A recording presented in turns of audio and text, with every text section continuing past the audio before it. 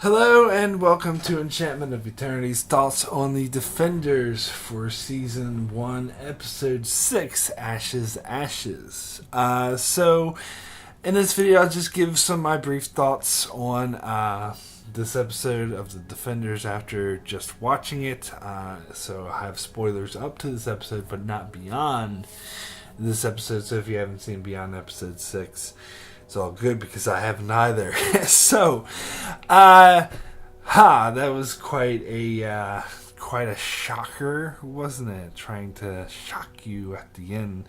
I don't know. I don't know about it. I don't know. I think I like the Defenders. I think it's cool, but I don't know if it lives up to the other Marvel Netflix shows. I don't know. I was just noticing, you did see a decapitated head in this episode and some other violence, but it does seem a lot more toned down than the previous Marvel Netflix shows, especially Jessica Jones. There was a lot more grit and swearing, where it seems like they're kind of toning it down. It makes me wonder if the producers of the show were wanting to make it more family friendly, or were aware that more kids might want to watch it, but I don't know. I think that kind of hurts it, and it has the feeling of the whole story seems a bit dumbed down as well. But that being said, I still enjoy it. I'm not saying it's bad at all, but it just reminds me that in Daredevil Season 2, the Hand storyline was my least favorite storyline of that season. So the fact that the entire show is focused on the Hand, which I don't really find all that interesting, to be honest. But we finally get some goddamn follow-up on that freaking hole that was in Season 2 of Daredevil, which is cool, and it ties into this architect guy who shot himself at the start of the season.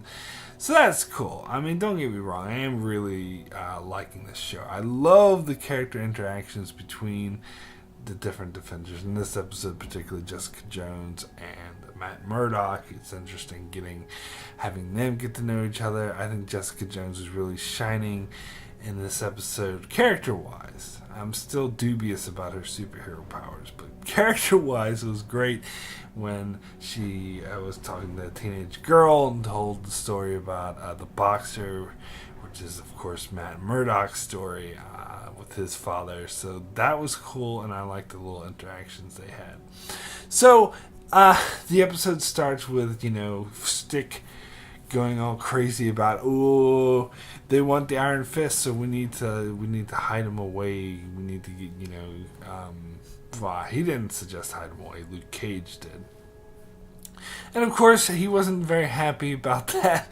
He wanted to be out in the front lines. Now, I was a bit unhappy with the whole way this played out, because this reminds me a bit too much of the Avengers. And it seems like this is the kind of connection, the kind of cliche that you might want to avoid, because the Defenders is already too much like the Avengers. But in the Avengers movie, how they all kept fighting with each other and they couldn't get along, and the point was, the first one anyway, the first Avengers movies, where they wouldn't get along, so they'd break out and fight amongst themselves until they have to learn to work together as a team. And it seems like they're doing the exact same thing here. It's a bit annoying. In some cases I buy it, but the whole thing with Danny attacking Daredevil and Luke Cage and all the others, and I don't know, it feels like there was a better way they could have worked it out. I think they were all being unreasonable, not just Danny. I think they were all being unreasonable. They could have handled Danny better instead of, we're going to tie you up and beat you down and not let you leave. That's not the right way to go. But then Danny was being unreasonable, but not listening to what they're saying. Hey, the Hand wants you. We need to have our top priority is to not let them get you. So, we need to make you not accessible. So, I don't know. It's just frustrating. I think the whole thing could have been handled better. And then, of course, Stick, I'm actually kind of glad he's dead. Don't get me wrong. I love Scott Glenn, great actor. I loved his performance in these shows, and I love the dynamic that Stick was adding to bringing these guys together and all that. But he always just wants to kill people too much. Like and he's really unreasonable about it sometimes too. Just like he wanted to kill the freaking Iron Fist. I mean, how stupid is that? At the start of the season, he said his whole point was to serve the Iron Fist, and now he wants to kill him. So it so frustrated me when he knocked out Luke Cage. Now, don't get me wrong, it's completely and totally and absolutely within his character, and that's kind of why I'm glad he's dead. I think he kind of deserved it by being a dumbass. But, so, it's a bit, I don't know, they're obviously building to something, but it's a bit frustrating that Elektra got away with Danny Rand. I was hoping that wouldn't happen, but of course it's probably building. I won't pass judgment until I see what happens. But when Elektra came in and they had the fight, and she knocked out Matt Murdock, and she knocked out Luke Cage, which wasn't too hard because Luke Cage was already knocked out by that gas, that stick. Way to go, stick! You just give Danny Rand to them on a platter. But anyway, so that left Jessica Jones, and I was like, now's the time for Jessica Jones to finally use her superpowers, finally see what she can do, take on Elektra. And we saw her hit Elektra. At first I was like, yes, she's doing a good job, but then Elektra just knocks her against the wall and she goes flying and gets knocked out. And I was like, oh my god, Jessica Jones is the most useless superhero ever. I mean, don't get me wrong, I think she's a great, like, dynamic, interesting fictional character to watch on TV. She'd be interesting in like a drama show or something that's about a character story. But as far as superhero goes, she kind of sucks.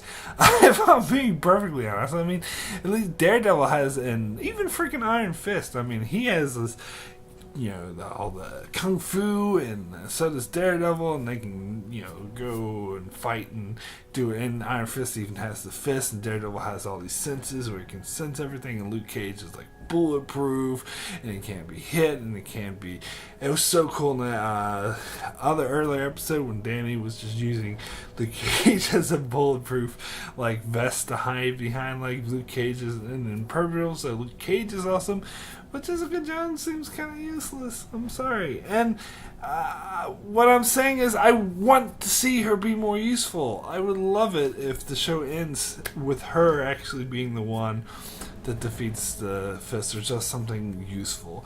And I think I think there's a problem with the writing. They're being inconsistent with their superpowers as well, because again, in her show we saw her punch. It was a flashback when Kilgrave made her do it, but she punched this woman and killed her with a punch. And yet we see her punch people all the time here and they don't die. But you could say, well, she's purposely holding back to not kill them.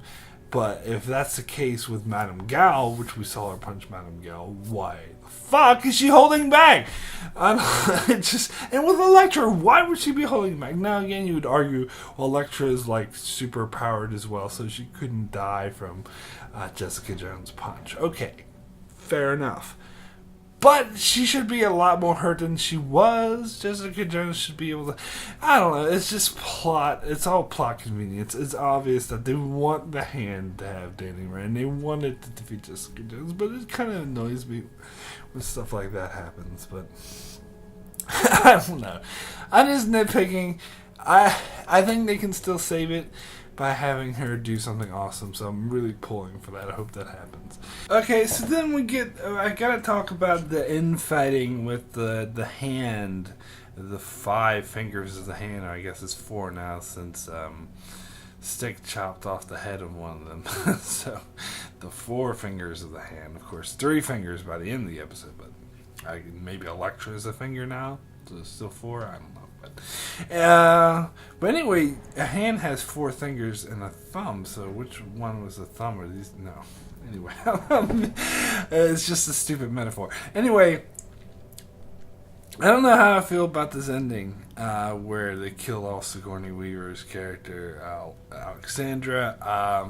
I don't know. I just don't know. Because, alright, so we have all this infighting, like, and it's been going on for a while now, and I found it interesting. It was pretty obvious it was building to something, but particularly in this episode, where the three of them are like, oh, let's not use Dark Sky, she's useless, you wasted her time, blah, blah, blah. And I think they're being quite annoying about this. Like, oh, you used the rest of our life-saving thing on her. Yeah, but it's already done. Like, if by not using Dark Sky after they already used all their showness, it seems like kind of a waste to me, but whatever. Anyway, when Alexander had that meeting with Madame Gal, and she was trying to be all, buddy, oh, I'm your closest ally, blah, blah, and it's obvious she was bullshitting. It was obvious if Alexandra was anywhere near as smart as they're claiming she is, that she'd be able to see right through her.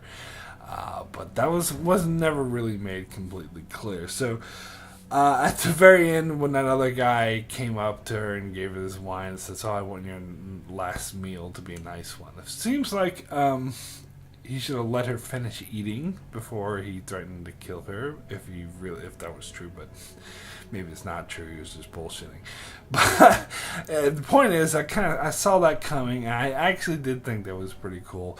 It was nice to see this build to something, but of course before they could actually fight, Elektra comes in with Danny Rand, and Alexandra has this smug ass, I fucking told you so look on her face, which is awesome. I like that, and then the three of them still have the nerve to be like, oh, well, blah blah blah blah, let's not use Dark Skies. And I'm like, it is. She just like proved you wrong.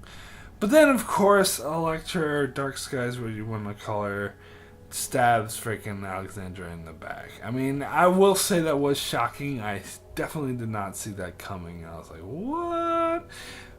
But it seems kind of dumb. I don't know. And I don't really get... Elektra's like, I'm in charge now. I'm like, oh, God, please. And plus, it's Sigourney Weaver. How are we going to kill off Sigourney Weaver before the end of the series? Come on. I mean, is that it? That's all we see of the villain? Now, we know that the Hand has the ability to bring people back to life, so maybe this isn't the last we see of her. Maybe I'm jumping the gun a bit on that one. I don't know, but it looks like, because they mentioned earlier that they're out of their life-saving stuff, and that's why they're worried about dying. So I'd say at the very least it's the last we see of her for a while, but I don't know. Whatever. I don't know how I feel about that. I guess and plus, I didn't really get, like she said, his name is Matthew. Like, that made me feel like she was on his side. Like, she didn't want to kill Daredevil, but then she's like, I'm in charge now. Or unless what she's going to do is actually not kill Daredevil. Which wouldn't be very... I don't know. I don't know. I really don't get it. So I'll see. I'll have to see where they go with this, but wasn't very pleased about that ending. But anyway, those are my thoughts on episode 6. So I'll be back shortly for episode 7. Be sure to check me out for that, and thanks for watching.